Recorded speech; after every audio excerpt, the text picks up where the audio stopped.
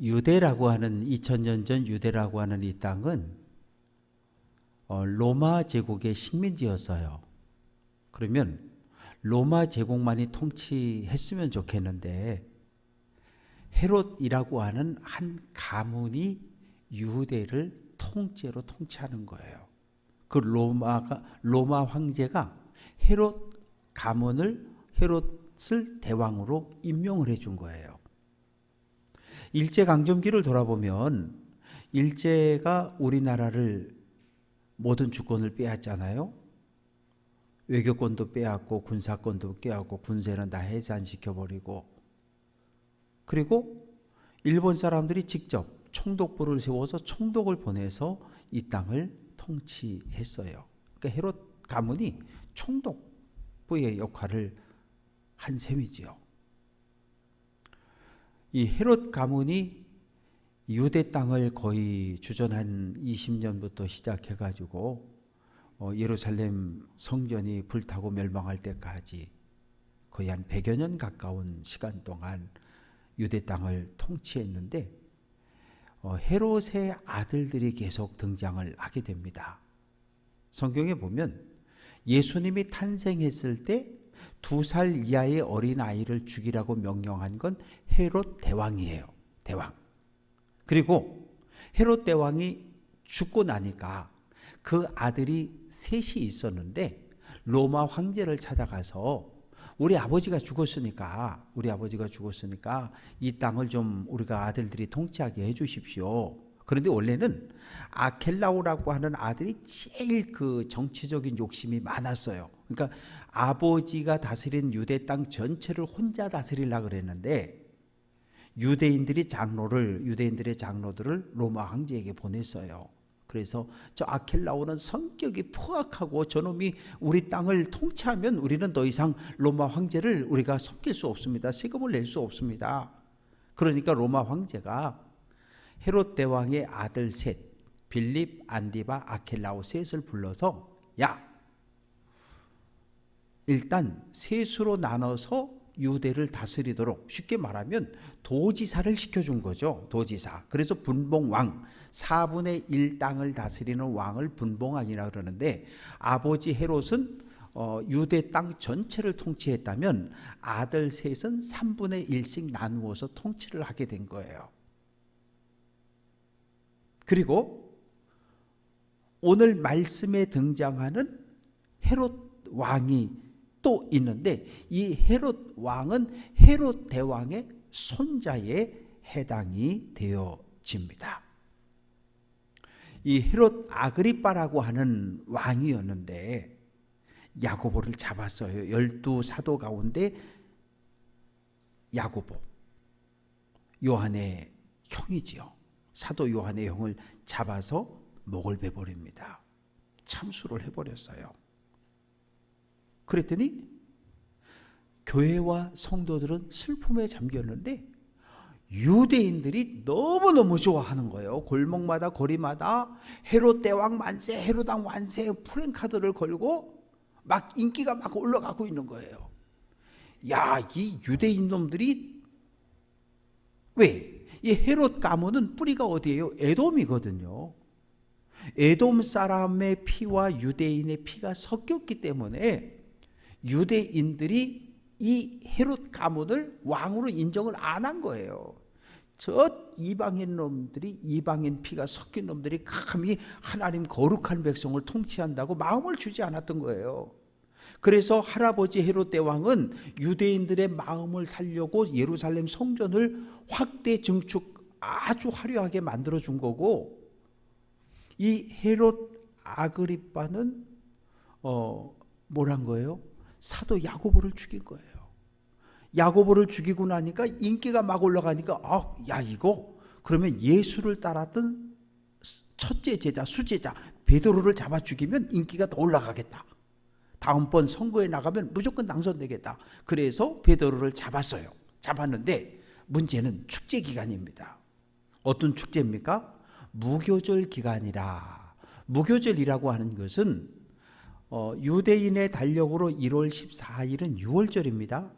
애굽에서 탈출한 것을 기념하는 날이에요. 우리말로 하면 8.15 광복절 같은 거예요. 그래서 애굽에서 탈출한 1월 14일 유월절 절기를 하루 지키고 더하기 일주일을 무교절로 지키거든요. 무교절은 뭔가 하면 애굽에서 조상들이 겪었던 고난과 고통을 생각하며 구원해 주신 것을 감사하면서 누룩을 넣지 않은 밀가루로 이렇게 빵을 만들어서 그 맛없는 걸 먹고 쓴나물을 먹으면서 애굽에서의 고통에 동참하는 그런 절기였거든요. 축제였어요. 이 기간에는 죽일 수가 없어요. 그러니까 지금 옥에 가둬놓은 거죠. 옥에 가둬놓고 무교절 절기가 다 끝나고 나면 끄집어내서 죽이려고 1월 14일 그리고 더하기 7일을 하면 1월 21일이 되게 되죠. 22일 날 죽이는 거예요. 근데 지금 오늘 말씀의 배경은 1월 22일 1일 내일 이제 죽는 날입니다. 끌려가서 감옥에 갇혔는데 어마어마해요. 4절 말씀 보면 군인 4씩 4족 그러면 4명 곱하기 4개 조니까 4, 4, 16 16사람이 베드로를 감옥에 놓고 돌아가면서 보초를 쓰는 거예요. 지키는 거예요. 그런데 어떻게 하냐면 로마의 법은 가벼운 죄를 짓고 감옥에 갇힌 사람은 죄수 한 사람 옆에 로마 군인 한 사람이 이렇게 우리말로 하면 그냥 수갑을 손에 하나씩 차고 이러고 자는 거예요. 이 감옥 속에서 이러고 그리고 감옥 밖에 보초가 또 있는 거고. 그런데 베드로는 전과가 있는 사람입니다. 이미 한번 도망쳤던 전과가 있기 때문에 어떻게 감옥에 가다 놓고 베드로를 가운데 두고 양쪽에 쇠사슬로다가 로마 군인 이 보초 둘이 쇠사슬로 서로 손목을 양쪽 손 다 수갑 채워가지고 발목에도 채우고 그리고 같이 잠을 자고 있는 거예요. 이런 상황입니다. 그리고 두 사람은 감옥문 밖에서 보초를 쓰고 있는 거예요. 이렇게 4인 1조가 돼가지고 4교대로 돌아가면서 베드로를 지키고 있는 겁니다. 이거 도망갈 수 있어요, 없어요? 이거 도망 못 가요. 도망 못 갑니다. 왜? 아니 쇠사슬을 풀어야 되는데 쇠사슬을 풀 재주가 있어요? 양쪽 손 다 묶였는데? 발목도 묶였는데? 꼼짝도 못해요. 이러고 잠을 자야 되는 거예요. 그렇게 일주일의 시간이 지나갑니다. 근데 문제는 교회가 할 수 있는 일이 없어요. 교회는 이때까지도 겁에 두려움에 빠져 있었거든요. 부활한 예수님을 만났고 성령의 치욕을 받았지만 그래도 여전히 교인들은 두려움에 빠져 있어요. 할 수 있는 일이 없었어요. 할 수 있는 일이 아무것도 없을 때 뭐 하는 거예요? 그때 기도하는 거예요. 우리가 내 인생의 삶을 살아온 동안에 내가 건강하고 잘 나가고 경제적으로 아무 문제 없고 자녀들도 속 하나도 안 썩이고 이럴 때는 별로 그렇게 기도를 안 하게 돼요. 찬송도 그저 건성건성하게 되고 예배 와도 그저 뭐 늘 이런 날들이 계속되는 줄 알고 그렇게 그냥 살아요. 근데 어느 날 부부 사이에 나에게 자녀들, 손주들 어느 한쪽에 문제가 생겨지면 정신이 버쩍 드는 거예요. 뭐 해야지? 기도해야지. 그래서 안 나오던 새벽기도를 나오기 시작하는 거거든요. 목회를 35년 하면서 교회 새벽기도 안 나오다 어느 날 교회 나온 사람 보면 10중 8구는 문제가 있는 사람이에요. 문제가 없는데 새벽기도 안 나오던 사람이 새벽기도 나왔다? 그건 은혜 받은 사람이에요. 부흥회든 뭐 기도원에 갔든 뭐 하다 은혜를 받아가지고 새벽기도를 시작하는 거고, 그렇지 않고 10중 8구는 인생에 문제가 생겼을 때 새벽을 깨워 하나님 앞에 나오는 왜 할 수 있는 게 이거밖에 없거든. 이제 돈으로도 해보고 온갖 인력, 인적 자원, 문적 자원 다 동원해서 이 문제를 풀어보고 했는데 안 풀리는 거예요. 못 푸는 거예요. 그때 하나님 앞에 나와 무릎을 꿇는 거예요. 지금 초대교회가 그랬어요. 간절히 기도했다. 간절히라고 하는 이 말의 의미는 손을 쭉 뻗었다는 얘기예요. 하나님을 향해서. 하나님, 이 두 손을 높이 드는 건 전쟁터에서 뭐 하는 거예요? 항복이에요. 항복하면 죽여요, 살려요? 살려줘요. 그러니까 두 손을 쫙 뻗고 하나님을 향해서 두 손을 쫙 뻗고 하나님 나 항복, 나 하나님 항복할 테니까 나 좀 도와줘요. 하나님 나 항복하니까 나 좀 살려줘요. 이 문제를 좀 풀어주세요. 이게 간절히 기도했다의 내용입니다. 간절히 기도했다는 단어가 예수님 겟세마네 동산에서 체포되기 전에 겟세마네 동산에 올라가 기도하는데 땀이 땅에 뚝뚝 떨어지는데 핏빛으로 변했다 그랬잖아요. 그때도 간절히 기도하더라 이렇게 표현되어져 있거든요. 예수님도 하나님 앞에 간절히 기도합니다. 야고보서 5장 16절 의인의 간구는 역사하는 힘이 크다. 하나님과 관계가 막히지 않고 하나님과 바른 관계를 맺고 살아가는 성도의 의로운 사람의 기도는 하나님께서 들으시고 응답한다고 말합니다. 자, 이제 감옥에 갇히고 일주일이 지났어요. 이제 내일 끌려나가면 이제 목을 배임을 당해서 죽을 수밖에 없는 그런 상황입니다. 여러분, 내일 병원에 가서 수술을 받는다 생각을 해보면 기분이 어떠셔요? 잠이 잘 와요? 잠이 잘 안 올걸요?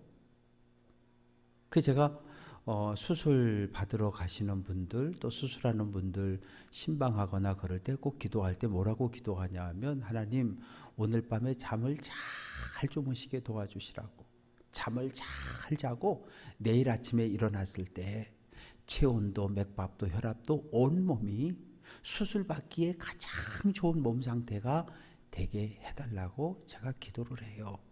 왜냐하면 예전에 친구 목사 하나가 위암이 걸려가지고 서울대 병원에서 수술을 받게 됐어요. 그런데 제가 동기 회장을 맡고 있었을 때였는데 그 총무 목사하고 만나서 이제 갔어요. 병원을 갔는데 세상에 홀딱 벗겨놨어요. 요 하체만 이렇게 덮어놓고 홀딱 벗겨놓고, 그리고 그 500ml 페트병 얼린 거 있잖아요. 그걸 온몸에 다 덮어놓은 거예요. 야, 왜 그래? 나 류마티스 있잖아. 내일 수술 받아야 되는데 열이 안 떨어져. 37도까지 열이 안 떨어지면 나 내일 수술 못한대. 그래서 홀딱 벗겨놓고 아래만 덮어놓고는 그냥 온몸을 물주머니, 얼은 물주머니를 갖다 올려놓은 거예요. 체온이 떨어지라고.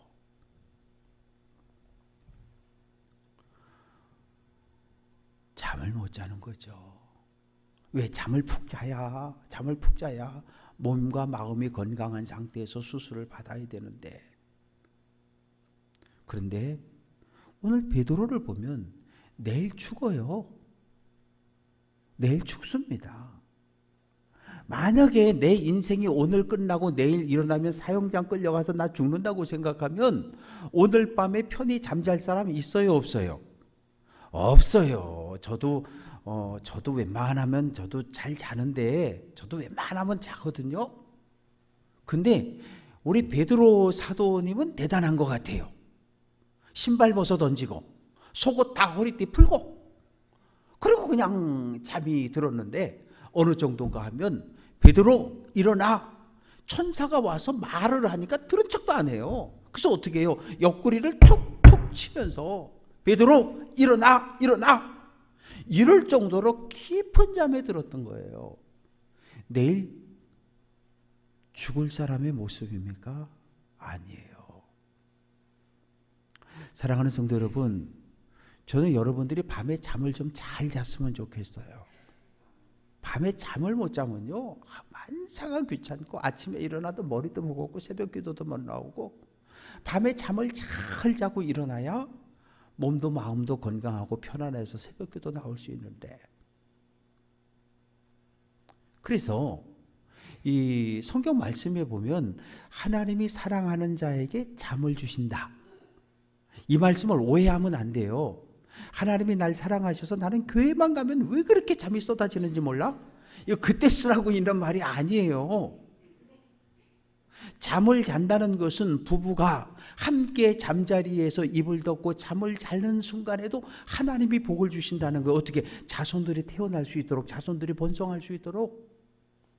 그러니까 부부가 한 이불 덮고 잠을 자는 동안에도 하나님께서 축복해 주셔서 자손들이 번성한다는 이야기지. 난 하나님이 너무너무 사랑하셨어, 교회 오기만 하면 졸려? 그거 그때 쓰라고 주는 말 아니에요. 예배 시간에 오면 예배 시간에는 눈을 똑바로 뜨고 목사님을 째려보고 귀를 쫑긋하고 이러고 들어야지. 예배 시간에 콜콜 자면서 하나님이 날 사랑해서 나는 잠을 자요, 그건 말이 안 되는 거거든요. 그래서 우리가 성경 말씀을 오해하면 안 돼요. 그런데 하여튼 베드로 사도는 얼마나 깊은 잠을 푹 잤는지 몰라요. 그래서 지금 베드로는 꿈인지 생신지를 몰라요. 툭툭 쳐가지고 눈을 번쩍 떴는데 갑자기 오간이 환해졌고, 누가 일어나? 근데 보니까 이 두 손과 발을 묶었던 쇠사슬이 풀려졌고, 일어나가지고 옷을 입고 허리띠를 띠고 신발을 신고 그리고 따라와. 나가는데 감옥문이 열렸어요. 또 문이 하나둘. 학자들은 베드로가 어디에 갇혔을까 생각하다가 예루살렘 성 안에 안토니아 요새가 있어요. 로마 군인들이 있는. 아마 이곳에 갇혀 있을 것이다. 그래서 옥문을 1개 지나고 2개 지나고, 우리가 영화나 드라마에서 감옥 보면 감옥문을 나오면 철문이 하나 둘 셋 보통 서너 개를 나와야 교도소 밖으로 나올 수 있는 것처럼 문을 하나 열고 2개 열고 그리고 나간 거예요. 근데 나가는데 교도소 정문 큰 철문이 꽉 닫혀 있는 것처럼 이 안토니오 요새도 큰 철문이 닫혀 있어서 이거 사람이 못 열거든요, 혼자는. 근데 그 세 문까지 탁 열리고 그리고 나왔어요. 한 거리라고 하는 것은 한 블록, 쉽게 말하면 여기서 8호 광장 정도 거리까지 그렇게 걸어갔을 때 천사는 사라졌고 이제 베드로는 정신이 바짝 든 거죠. 아, 이게 꿈인 줄 알았더니 꿈이 아니네? 야, 나 풀려났네? 그래서 막 뛰어가는 거예요. 어디로? 마리아의 집 마가 다락방으로 뛰어가는 거예요. 그런데 마리아의 집 대문이 우리 저기 1층 예배당 들어올 때 그 유리문이라고 생각을 해봅시다. 거기서 베드로가 문을 막 두드리는 거예요. 막 두드려요. 그런데 성도들은 이 예배당에서 주여 우리 베드로 사도를 살려달라고, 구원해달라고 막 밤새도록 통성으로 기도하고 있는 거예요. 성도들이 몇 명이 모였는지 몰라요? 열심히 기도하는데 기도하지 않던 사람이 하나 있었던 거예요. 누구예요? 로데라고 하는 여종이에요. 아마 저 뒤쪽에 있었겠죠? 혹시라도 유대인들이 잡으러 오지 않나 망을 보고 있을 수도 있고, 다 기도하는데 아직 믿음이 없어서 왜 이렇게 시끄럽게 기도를 하지? 좀 조용히 좀 하지? 그러면서 투덜투덜 거리며 있는데 문을 막 두드리는 소리가 나니까 누구지? 하고 나가본 거예요. 나가서 누구세요? 나 베드로야.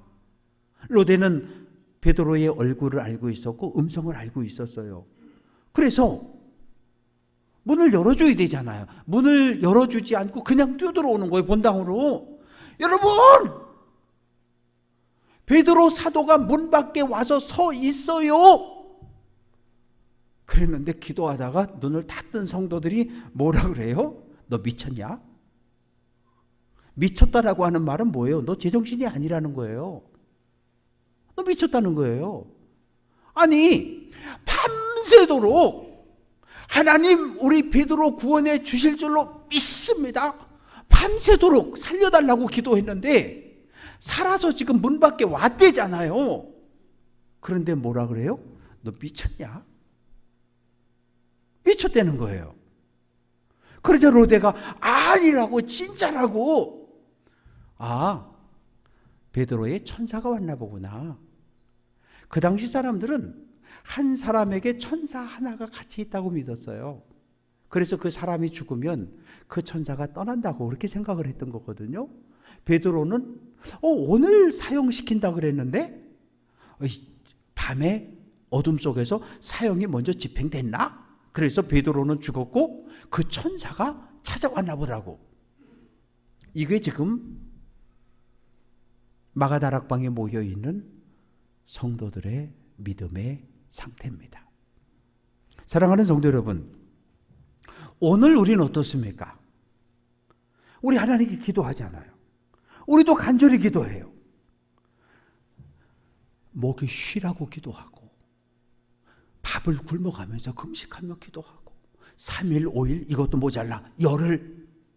그리고 우리 기도해요.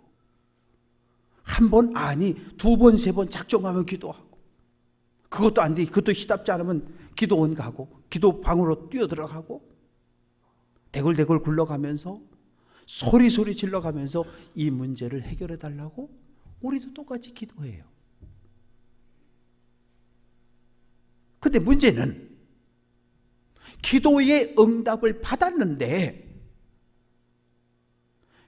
밤새도록 베드로 사도를 살려달라고, 베드로 사도가 우리 교회 담임 목사인데 담임 목사 죽이면 어떡하냐고, 죽으면 어떡하냐고, 살려달라고 밤새도록 기도해서 하나님께서 들으시고 천사를 보내서 감옥에서 끄집어내서 교회 문 밖에까지 데려다 놨는데 뭐예요?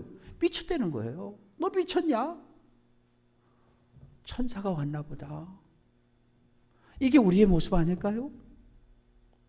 기도는 열심히 하는데 하나님의 응답을 줬는데 우리는 하나님의 응답을 인정 안 하는 거예요. 왜? 내 방법대로 내 생각대로 응답되지 않았기 때문에.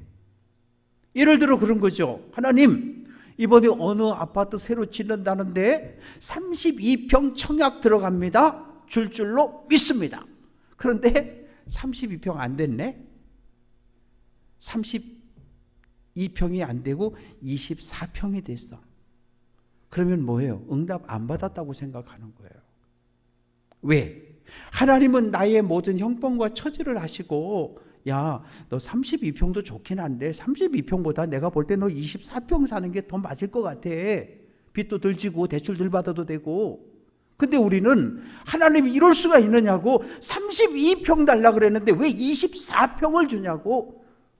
이게 우리 모습 아닐까요? 자녀들의 문제 마찬가지예요. 자녀들의 문제 마찬가지입니다. 어떻게 다 1등만 하냐고요. 우리 아이들이 들으면 서운할지 모르겠지만 저는 아이들을 키우면서 단 한 번도 하나님, 우리 딸, 우리 아들 1등 되게 해주세요는 기도해 본 적이 없어요. 뭘 사달라고 요구할 때 5등 안에 들어가면은 내가 약속해 본 적이 있어. 그랬더니 4등 해가지고 핸드폰 사줬어요. 내가 우리 애들이 1등 하게 해달라고는 기도를 안 해봤어요.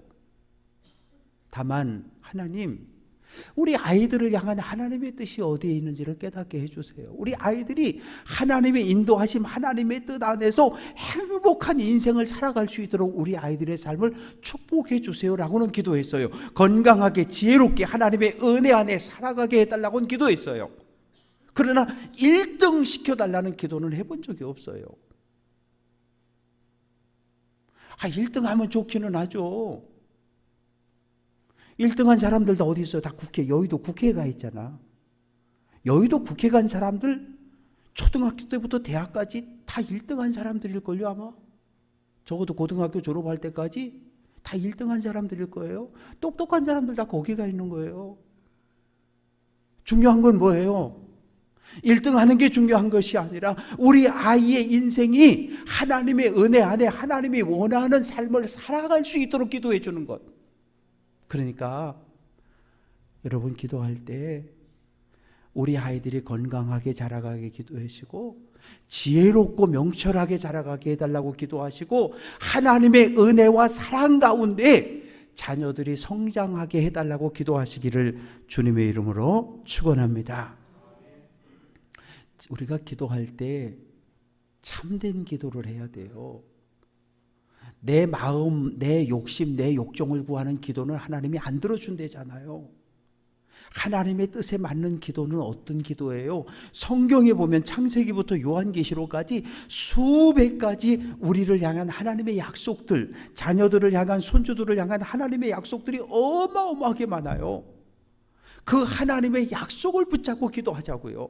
그 하나님의 약속은 하나님께서 우리에게 약속한 건 주겠다고 약속한 거잖아요. 복을 주겠다고 약속한 거예요. 하나님이 주겠다고 약속한 그 말씀을 붙잡고 기도해야지.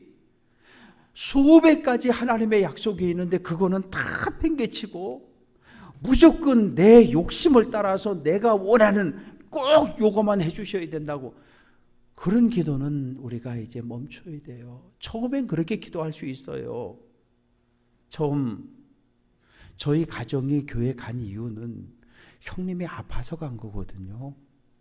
형이 아파서 교회를 갔으니까 기도 제목은 형 고쳐달라는 거잖아요. 우리 형 안 아프게 해달라는 거잖아요. 우리들이 교회에 올 때 처음 기도의 제목들 뭐예요?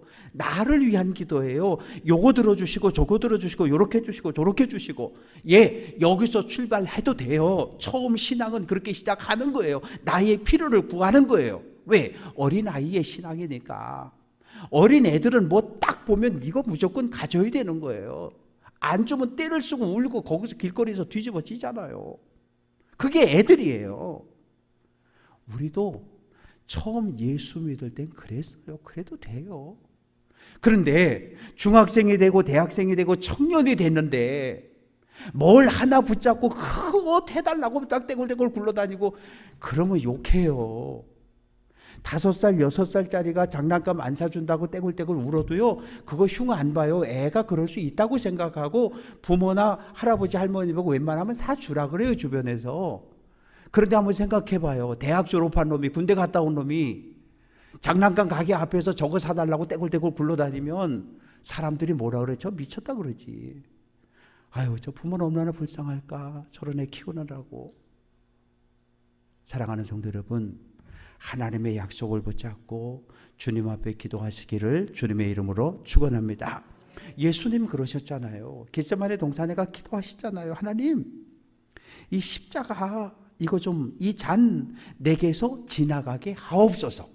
십자가에 달리지 않는 건 예수님의 뜻이에요. 그런데 하늘 아버지 뭐라 그러셔요? 아니야, 아들 예수야, 너 십자가 져야 돼. 그게 내 뜻이야. 예수님의 생각과 하나님의 뜻이 충돌하잖아요. 그래서 예수님이 2번, 3번, 4번, 5번 간절히 기도하는 거예요. 이거 좀 앉게 해달라고. 근데 예수님의 마지막 결단은 무엇입니까? 내 뜻대로 마시옵고 하늘 아버지의 뜻이 나를 통해 이루어지게 하옵소서. 아멘 하고 일어나시잖아요. 나의 필요와 나의 연약함, 내가 원하는 것을 가지고 기도를 시작할 수 있지만 마지막 기도의 끝은 내 것을 내려놓고 하나님의 뜻을 내 뜻으로 받아들이는 것, 이것이 진정한 기도이고 하나님 응답하는 기도입니다. 그래서 이제 베드로가 풀려났잖아요. 지난밤에 있었던 간증을 쫙 이야기하고 지금 나를 잡으려고 저 병사들이 뒤를 쫓아오고 있으니까 나는 갑니다. 그리고 휙 몸을 피해서 가이사라로 가버렸어요. 날이 밝았습니다. 감옥 안에 갇혀있던, 감옥 안에서 베드로 양쪽에서 수갑 채워서 같이 자고 있던 병사들이 깨서 일어났는데 큰일 났어. 베드로가 없어졌어. 앞에 보초들도 큰일 났어. 없어졌어. 문 다 열려있고. 헤롯 아그리빠가 불러다가 막 화를 내는 거예요. 야, 어떻게 된 거야? 언제 도망갔어? 어떻게 도망갔어? 아무도 몰라요. 아무도 몰라요. 그래서 오늘 말씀을 보면 뭐라 그래요? 다 죽였대요. 베드로를 지켰던 사인, 사조 16명이 모두 죽임을 당했어요. 로마법이 이렇게 엄격했어요.